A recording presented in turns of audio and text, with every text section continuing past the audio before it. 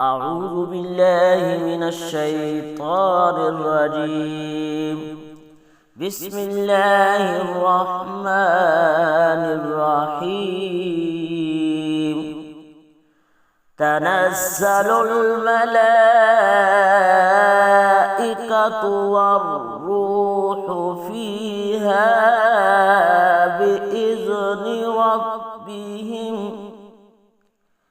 بإذن ربهم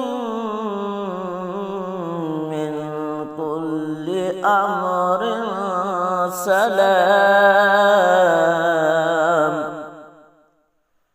هي حتى مطلع